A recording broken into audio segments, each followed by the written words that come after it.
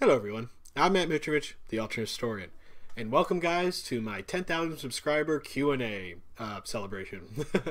A couple order of business to get to before we get to the questions and answers. First off, thank you guys so much for being my subscribers. Thank you to all of the new people who have showed up recently. Thank you also to all you old guys and girls out there who have stuck with me through all of my follies and screw ups and bad pronunciations and all that kind of stuff. The channel wouldn't be what it is today without all of you. So thank you so much. With that said, I kind of got some bad news. I know I initially said in the 10,000 subscriber Q&A announcement that I would do my next Q&A when I reached 15,000 subscribers.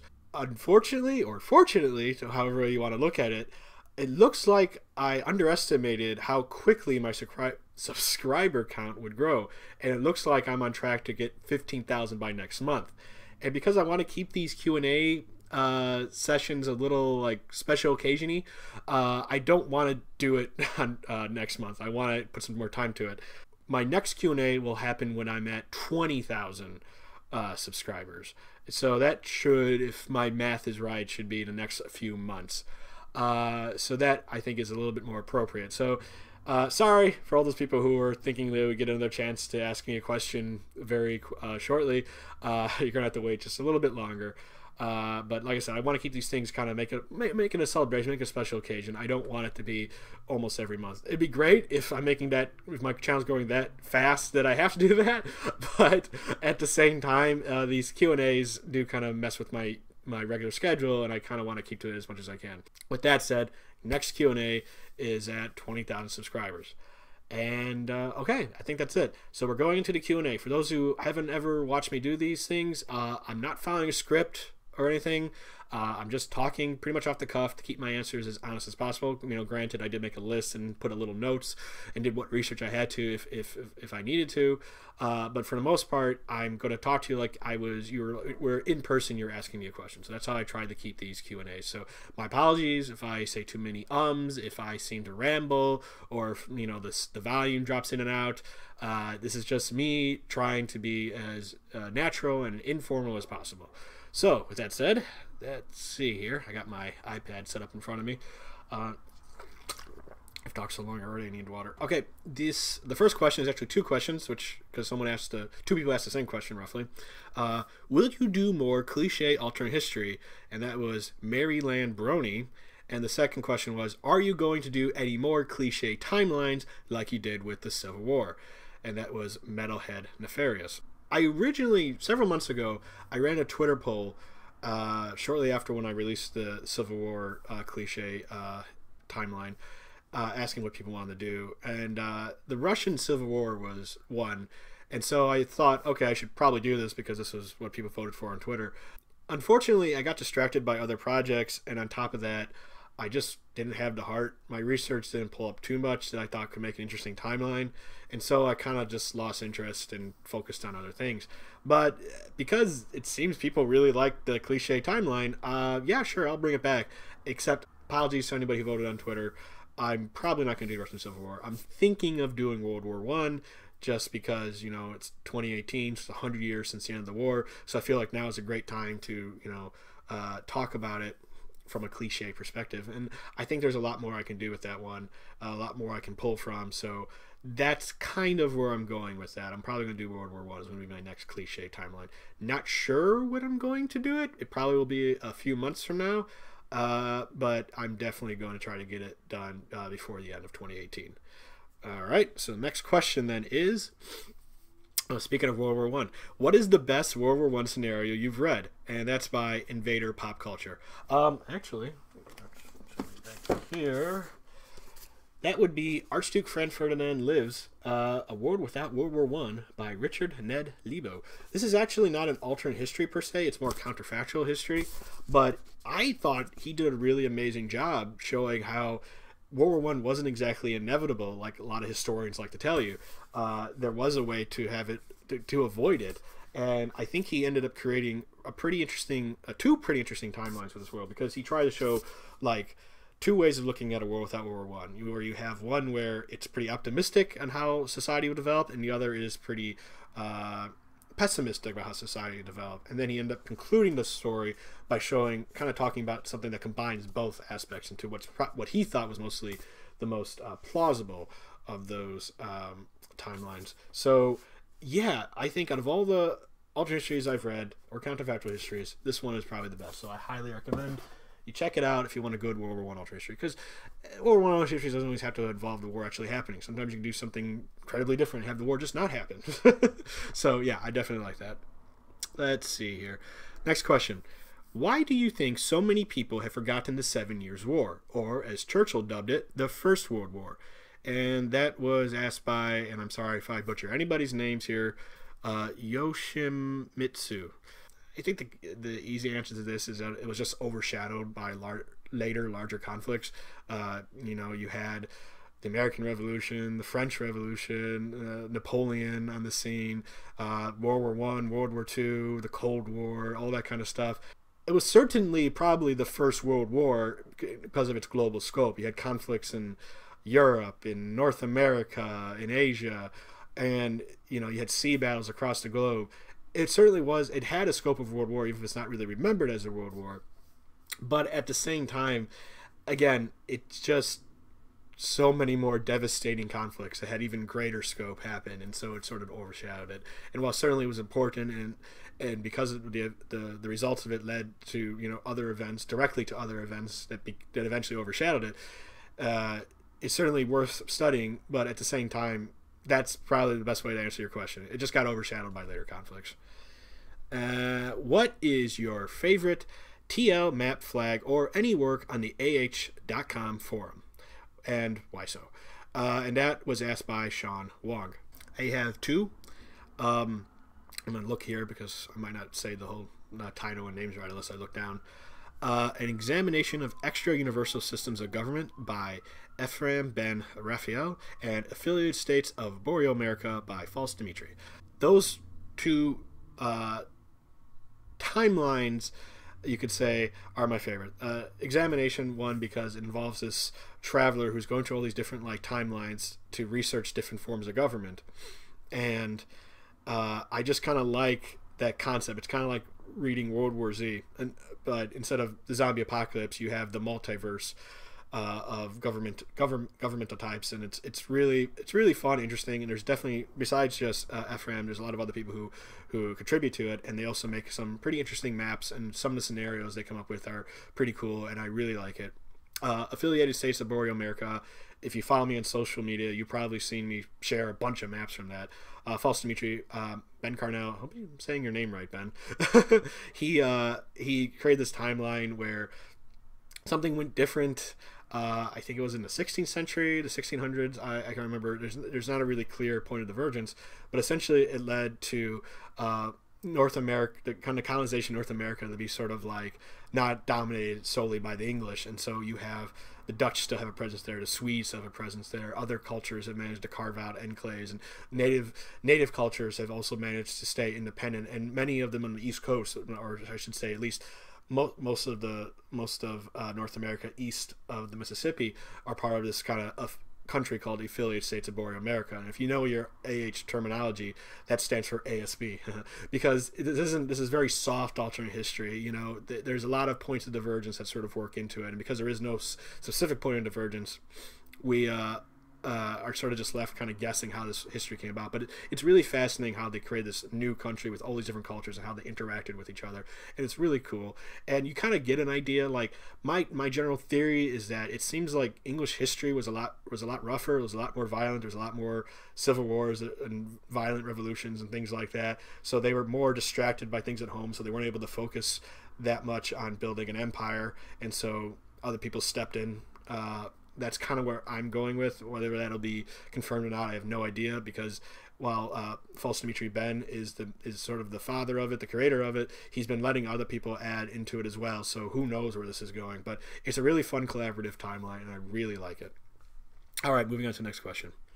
Have you read the Ring of Fire books? Do you like them? And that was asked by Daniel Bickford.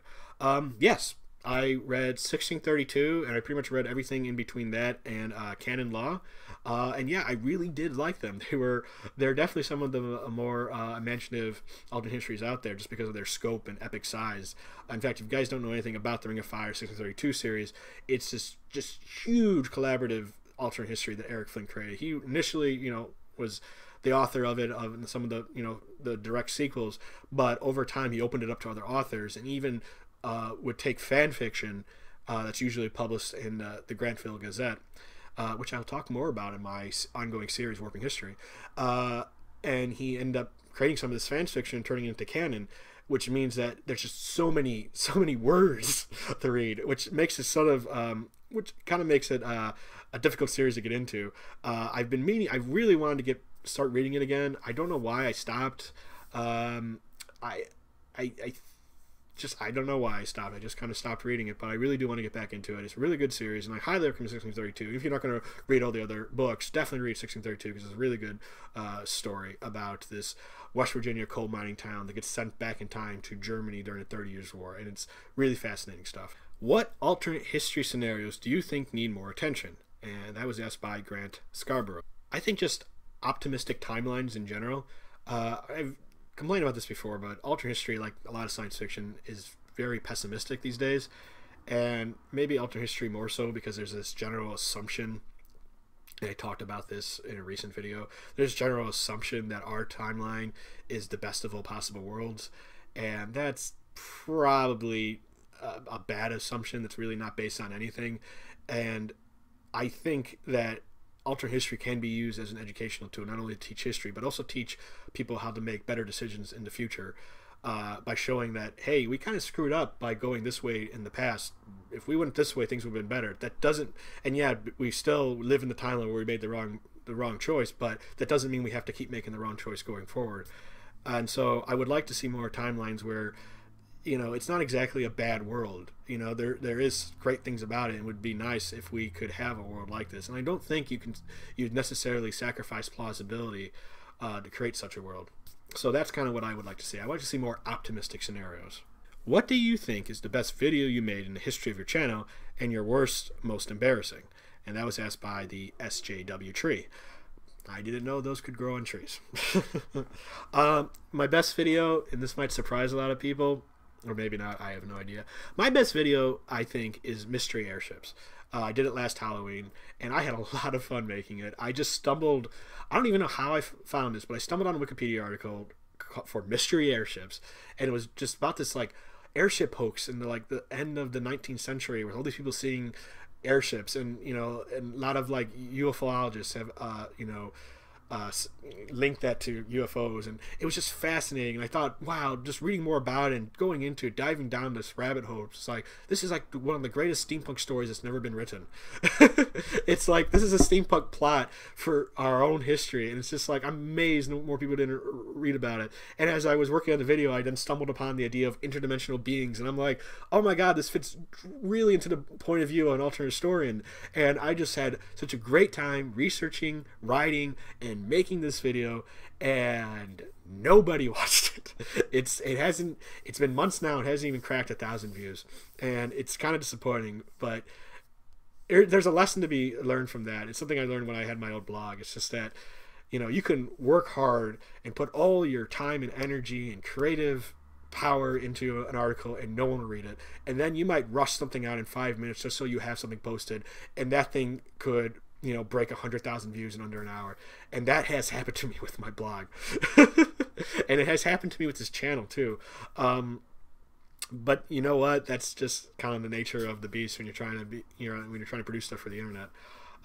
It's still one of my favorite videos though, even if no one watched it. I had a really great time making it, and I would love to possibly revisit that scenario. I don't know where I would go with it, but who knows. As for my worst video, that'd probably have to be my trope talk and No Hitler.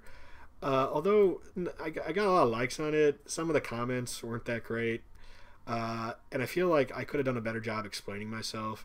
For those who haven't watched the video, I essentially kind of talked about the various alternate histories that people, like the trope of people going back in time to kill Hitler, which pretty much is everywhere, whether it's in alternate history or time travel, or just people in public just talking about what would they do if they could time travel. And it's go back to kill Hitler. And I started trying to make an argument that killing Hitler is not as simple as some people think it would be, and it probably wouldn't change anything.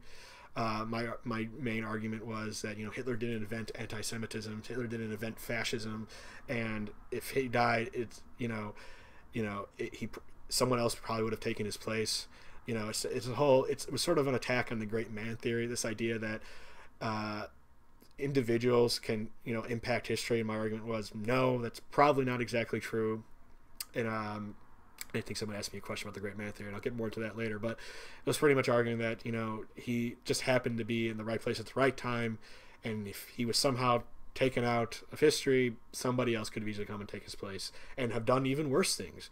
That doesn't mean I condone what he did. Of course not. That doesn't mean he was a horrible monster. My own grandpa spent years in a Nazi prison camp. I have no love for Nazis. As some of you who follow me on social media or have seen one of my blog posts after the Charlottesville, riots and everything like that. But at the same time, I don't think fixing all the problems of the 20th century can be solved by just killing one person. That was sort of my argument. There was a complicated, people are trying to solve an incredibly complicated situation with a very simple solution, and we know how that usually turns out. So that was sort of what I was trying to get across. I'm not even sure if I did a good job getting across there, but if I had the chance to do it over again, I might have held off on No Hitler until I could have written it in a way that I thought really got my point across better. And so it's one of the reasons why I don't often share that video a lot on social media when I'm just sharing stuff from my archives. So yeah, there we go. What is the best apocalyptic scenario you have read? And that was asked by Jackson Singletary. Amberverse by S.M. Sterling. It starts with Dies to Fire. I love that series. As soon as it comes out, I have to buy the book and read it. It's a great story. One of the reasons why I like it is because it's optimistic. So many post-apocalyptic worlds, when you usually read them, it's a really terrible place, and any kind of hope is just minor, and oftentimes we're just left with the world just being just really crappy. What happens in Dies of Fire, modern technology stops working, and so there's a huge die-off. Billions of people die, but the survivors survive and rebuild society and create this new kind of cultures, that are based on not using modern technology, and they go on, have lives. People fall in love, marry, have children. They make friends. They fight their enemies. They make new allies and things like that. They explore the world. They trade. They build businesses. Cities grow, and land is retaken by humans that was lost from the die-off, and it leaves it with this thinking that even when things are at their worst, we can rebuild. And so many post-apocalyptic stories focus more on the bad stuff and how humanity is doomed, instead of showing humanity is more resilient than we often give ourselves credit for. And even when one of the worst things that possibly could happen to us, if there's still just a few humans left alive, we can restart it all. And I kind of like that kind of message. And so, yeah, that's my favorite post-apocalyptic story. Let's see. You give George Washington 1789 the TL-191 books and tell him they're about the future. You added out any evidence to the against us. What is his reaction? And that was asked by Xavier Ford. So, if I understand this question right, I give Harry Turtledove's complete works from Timeline 191, the Southern Victory series, to George Washington and tell him this is what the future is going to be like for your country. Assuming that this educated man, because let's be honest, George Washington was a very educated man, can't tell this is fiction, because it is fiction, what would happen next? Well, it's possible when he sees Jake Featherston, what would become of the South, including his own Virginia. A part of me would like to think that he would do something to address the slavery issue. How successful he would be, I have no idea, because would he be able to tell people I traveled from the future and just we have to believe me? Or would he have to convince people that this was the right way to go without being able to point to a time traveler? that's kind of, you know, if he could point to a time traveler and believes me, maybe they would listen to me. But then again, if he can't, it has a lot harder work, because while slavery certainly wasn't as economically important as it would become in later years to the South, it was still a very important part of society. During the American Revolutionary War, the first draft of the Declaration of Independence had to be changed to remove any mention of the evils of slavery that the British caused, because the South objected to it. There were many proposals to arm slaves and give them their freedom, and they wanted, and I remember because I was reading the Alexander Hamilton biography, and there was several pages dedicated to this concept, and the South objected to it because they didn't want to arm slaves. I guess they were worried that their fellow Americans who they enslaved, learning how to fight with guns would be a bad thing for slavery. I don't know why, because everyone keeps telling me on the internet how good slavery was, but yeah, so and even if they could point to what horrible things they could do in the future, I'm still not sure if that would change anything. I would like to hope so. Maybe that maybe that George is able to do something that at least starts sort of gradual emancipation, you know, with slave owners being compensated to keep them from complaining too much. But most likely, not much would really change. Maybe I'm being pessimistic here, but yeah, if we can somehow, if he's able to convince people enough when he's president, maybe, just maybe, we could, you know, change some things, and maybe that would prevent this 1861 slavery rebellion, and maybe that would make America a lot better place when you know, race relations are, you know, dealt with earlier on, and there's better chances for equality coming sooner, and people just getting over the fact that skin color has nothing to do with you as a person. Back in the early, you know, 19th century, that'd be great, because we certainly haven't figured it out in the 21st century. Ugh. So yeah, it'd be great, but I'm not gonna hold my breath. Do you ever think that alternate history will become mainstream? And that was asked by Demon Man. You know, for the longest time, I always argue that alternate history couldn't become mainstream because it's mostly a literary genre. And that's because you kind of have to know history, and your average person doesn't know history outside of what they might have learned in school or whatever propaganda they regurgitate. But that being said, God, I'm hopeful. Because it seems like everywhere I go, there's more and more alternate history being published and created and produced, pretty much, like, especially like on television, like all the major networks are making alternate history. NBC has Timeless, Amazon has Man the High Castle, and soon Black America. Maybe HBO would get Confederate off the ground. Stars has Counterpart, although I don't know how much alternate history it is. It does involve parallel timelines, but you know, it's still something. And there's other time travel shows on TV and on, you know, online streaming services as well, and Netflix too. They got that Polish language alternate history they're working on, where Poland never stops being communist, and that if they put an English dub out, that's something for us to consume, and that'd be great. Or not us. I'm assuming there's more people than just who speak English who watch this channel. I hope, but you know what I'm saying. So it certainly does seem that, at least, it's becoming more and more, alternate is becoming more popular in the mainstream, and I really hope that's the case. I still feel that, you know, it has a long road to go because of that fact that most people don't understand history that well, or know history, or care about history. But at the same time, I still think we can get a little bit more, at least build up our niche genre into something a little bit larger with a little more staying power. Maybe, you know, we're heading into another boom time, not for, at least for alternate history books, but for alternate history television, and that's fine with me. I like TV. If you could live in one established alternate history, i.e. from a book or TV show, what would it be? Jonathan Barry. Probably S.M. Sterling's Lords of Creation. And that's the series where Venus and Mars can support human life, and they sort of resemble the versions of them when they were written back in pulp science fiction. So Mars is like John Carter's version of Mars, and Edgar Rice Burroughs' version of Venus. I think he was the one who wrote about dinosaurs on Venus, whatever. I would like to sort of see that, because not only do you have humans colonizing space, but, you know, space is a little bit more interesting, for lack of a better term. There's There's things out there, there's living things out there that we can go and see on planets, and it also seems like Earth is a lot better off because we've have society just dedicated to putting more humans out in space and finding out why our nearest neighbors also can support life. So I think that's where I would like to live. Who'd you vote for? Asked by Dank Dan 1. I voted for Kodos. What are your least favorite alternate history timelines? Amon Winslow.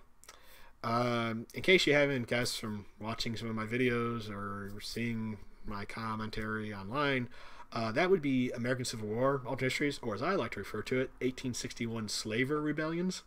1861 slaver rebellion, not rebellion. Why did I say that? Because it's just, one, it's so overdone. There's just so many American Civil War alternate histories, and it's just such a deluge of it. It gets tiring after a while, and oftentimes it's hard to find anything new. And unfortunately,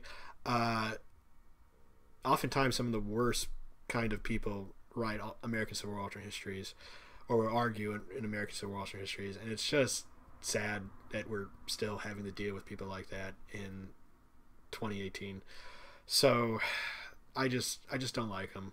I really don't. And I'm trying even not even to talk too much about that on my own channel if I can avoid it. So because I'm done. I don't think they deserve as much attention as they get. There are some good stories out there. There's some good novels. Timeline 191 is a great series, and go check it out. It's one of Harry Turtle's best works. But at the same time, it gets tiring. It's just tiring. Would you consider doing a modern Cascadia alt history? And that was asked by Will E. Yeah, sure, why not? I mean, there's some potential there. So I definitely put it down in my to-do list, but I probably will get to it whenever I feel like it. If anyone wants to see me write about Cascadia being independent, which I'm assuming you mean the Pacific Northwest, go become one of my patrons at the $5 level. Then you can ask me to do any kind of what-if video you would like me to do, and I might do that one if you ask me. So, yeah, there you go. What do you think of the great man in history trope in alternate history? And that was asked by Cam Medina. I talked a little bit about this earlier in this video. Great man in history essentially kind of argues that certain people sort of direct history where they're going because they're such great and powerful people that, just them being here on the planet will change the course of history. And that's kind of silly, because that's not exactly how history works. There's always other factors in play. There's, again, going back to the whole Hitler analogy I was doing here. Hitler didn't invent fascism. Hitler didn't invent anti-Semitism. They were already there. So they were already waiting for someone to come in and take what they had and create what he did and be as destructive and terrible as he was. So I don't necessarily believe in the great man theory, but at the same time, I do feel at the very least, especially as an alternate historian, that human choice, even how small it could be, still has an impact on history. It just you might not notice it until much, much longer down the road. Is there any countries that you would like to read about in alternate history? And that was asked by Ben Cox. I like multinational federations that were proposed but never came about. Popular ones for me are favorite ones for me, not popular ones. The Imperial Federation of Britain, and the United States of Greater Austria. I just like the idea of like multinational unions being a thing, like actual federations of countries, not economic unions, but they are all united together to make one country, and it's kind of cool. It sort of falls into the space-filling empire trope, but I feel like it's a little more plausible than just one country dominating other countries. In this case, it's multiple countries coming together, working together to form a country. And I feel like there's been some bad examples of federations in the past, but I feel like there's some good opportunities there that I think a lot of alternate historians should look at. Will you ever revisit any of your older scenarios? Example, Confederate Cuba, Russian America, etc. in the future. Retro Spaceman 123. Your examples that you shared weren't exactly scenarios. They were trope talks. They were me going over common tropes in alternate history and sort of analyzing them. So saying I will return to a scenario by putting two things that aren't technically scenarios doesn't really make sense to me. So I'm sorry if I'm not understanding your question. But yeah, if you're asking if I'll ever return to a bunch of old trope talks, maybe. I mean, I had fun with them, but they were never as popular as some of my other videos. So unless there's some trope that comes along that I just really feel like I need to discuss, I might do it, but otherwise, probably not. Do you want to make a alternate Texas if Texas could make a country? And that was asked by Abdullah Tabanja. And I apologize. I don't mean to any offense when I read your question as it's written. I just didn't bother to kind of like edit these questions so that it seemed readable. I just decided I'm just going to read it as is because you wrote it as is. If you didn't want me to read it as is, you shouldn't have written it as that. So I think you're asking me if I ever like or ever do a video about Texas being independent, and the answer is no. Because an independent Texas is just as overdone as an independent Confederacy. And on top of that, I don't even think it's that plausible of a scenario, but I don't really have time to go into it. If I was ever going to do a state video about an American state being independent, I would do Vermont, because they were also independent for a while. And I feel like because not many people know that or care about that, I still feel like there's some wiggle room in there to actually make an original alternate history that I think could be really enjoyable for people. So that's what I would do if I was going to do an American state what if video, them being independent. It would be Vermont. Boring question. There's no such thing as a boring question. But where are you from? Can't tell your accent. Ha, like what region? And that was asked by the Ben Hutch. I'm from Chicago. I grew up on the south side, and I've pretty much lived there until I got married, where afterwards I moved into the south suburbs, and I've pretty much lived there ever since.